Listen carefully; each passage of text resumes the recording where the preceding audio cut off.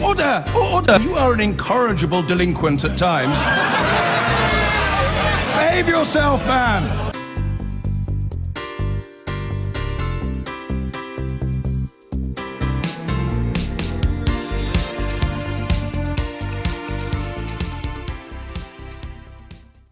Brexit Secretary David Davis has said government plans for negotiations on exiting the European Union will not be published until February at the earliest, giving evidence for the first time to the MPs charged with scrutinising Brexit. He said government plans were still being worked on.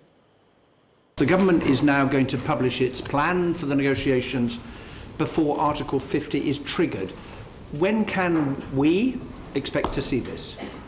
Well, as soon as we can, Chairman, once all of the research and policy is complete. I mean, the reason for setting the final possible date at the 31st of March was numerous, but one of them was the determination to carry out all of the policy work first, consult properly, and then bring something to Parliament. So, next month, January, February?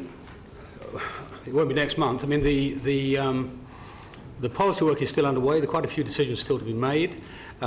We've carried out, or we're in the midst of carrying out, about 57, I think, sectoral analyses, each of which has implications for individual parts of 85% of the economy, and some of those are still to be concluded.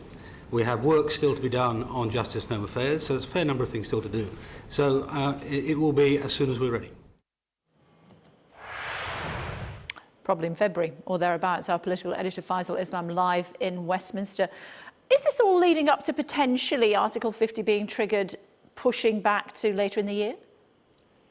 You might see it that way, Kay. Certainly, it's making the deadline quite tight because what David Davis was talking about there was the plan that they have agreed to publish before the Article 50 legislation or vote that might be required after a Supreme Court decision goes to Parliament. So, yes, if that doesn't come till February, and he was describing there nearly 6 separate sectoral reports into different parts of the economy, covering 85% of the economy, that needs to be done. Then, presuming the government fails to overturn the High Court agreement in the Supreme Court, then that leaves precious little time to get it through both the House of Commons and the House of Lords. But in general terms also, there were some fairly revealing moments in David Davis's first testimony to this new DEXU committee.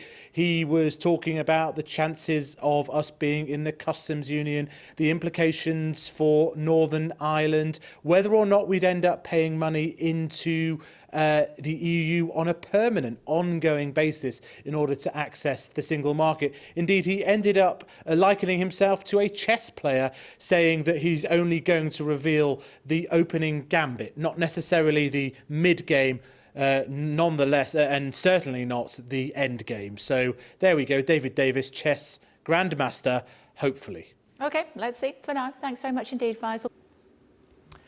Immigration was one of the biggest issues of the EU referendum campaign, and today David Davis, the Secretary of State responsible for taking Britain out of the European Union, has been speaking about the UK's approach. Our Deputy Political Editor John Pienaar is at Westminster for us.